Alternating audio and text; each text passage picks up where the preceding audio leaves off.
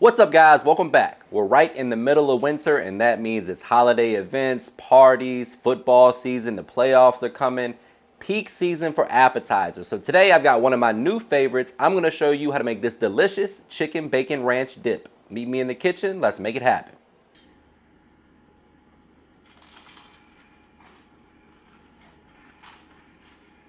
Hot. Where is that? All right, guys, first things first, we're going to go ahead and get our prep out of the way. So that means the onion and the green onion. We're going to just do a nice fine dice on the onion. Super easy. Peel the skin off, leave the root intact. You guys have seen me do this a million times. But if you haven't, here's one more time for you. Real simple. Slice in one direction like so. Always have like a wet paper towel or something under your cutting board to prevent it from slipping. A nice sharp knife. We'll get the job done. And then just dice your onion.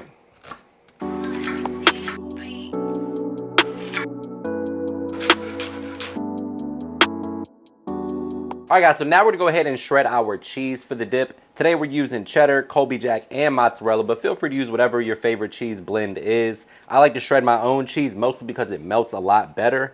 Doesn't have all the potato starch and anti-caking agents that the store-bought pre-shredded stuff has. So, I mean, it's not the end of the world. We're just making a dip. This isn't like a Michelin star recipe or anything. So if you want to just take the shortcut, go ahead and grab it off the, cheese aisle. But if you're a little bit of an overachiever and you just have some cheese in the fridge, then this is the way that I like to do it. It's just a better quality. So a little bit of cheddar, about 8 ounces of each. Cheddar, mozzarella, and Colby Jack. If you want to add some smoked Gouda, give it a little smoky flavor, you can.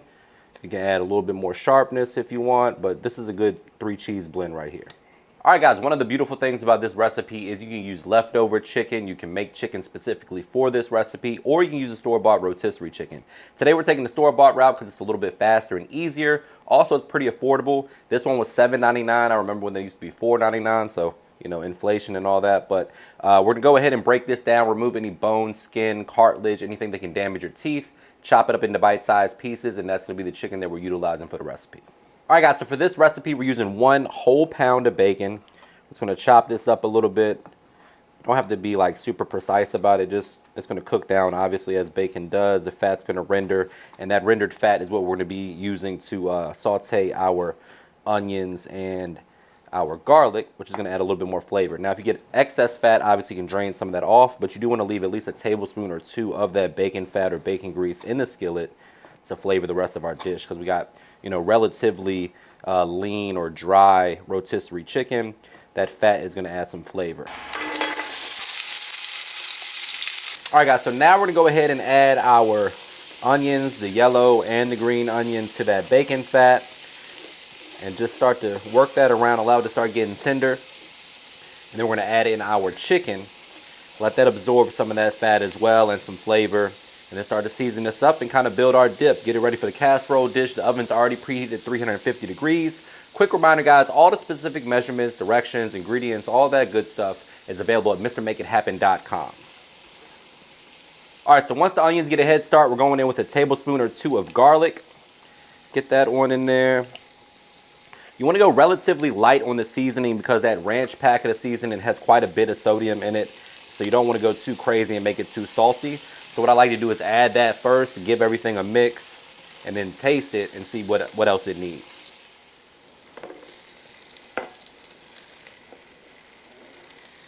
In goes the chicken. Give that a mix. And then we'll start to add in our sour cream, our cream cheese, allow that to melt down, along with the seasoning, of course. Add back in the bacon, the additional cheese, and then it's ready for the oven.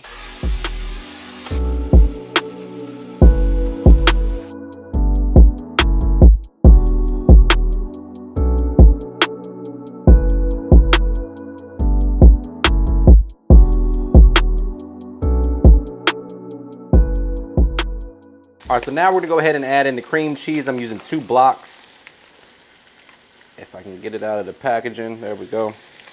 Just kind of break it up with your hand a little bit, make it a little easier. This is also room temperature, so that means it's gonna melt a little faster too. I'm gonna turn the heat down a little bit. You can even turn it off really and just let the residual heat kind of melt that cream cheese. Then you add in your shredded cheese, and then it's ready for the casserole dish after you taste the seasoning.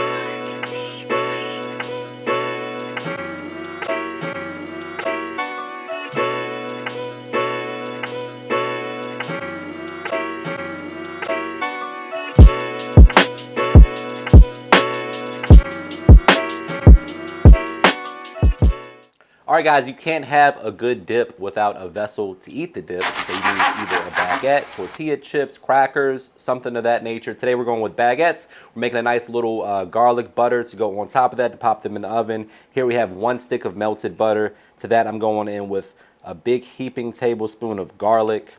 We're also going to add some parsley, and then my brand new buttery garlic pepper seasoning. This stuff is phenomenal, especially in an application like this one here. But if you don't have this, guys, just season it up with whatever you got. A little AP, salt, pepper, Cajun seasoning if you want to add like a little Cajun flair.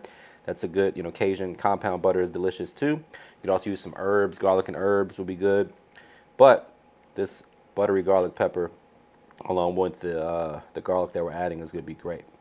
So once you got it where you want it, which is about right there, I'm going to go ahead and pour it over the bread. Just toss it around, make sure it's well coated, and then get that in the oven.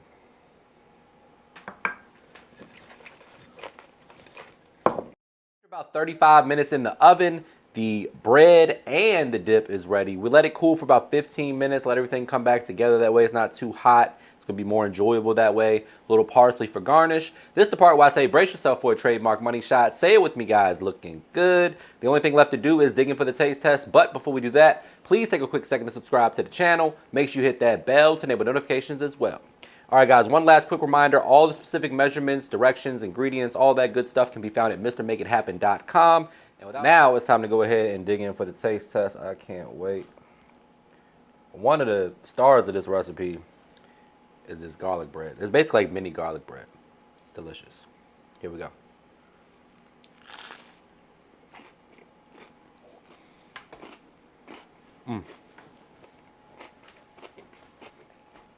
Good? Yeah. That's on the camera. That's crazy. All right, guys. First things first, we're going to go ahead and get our prep.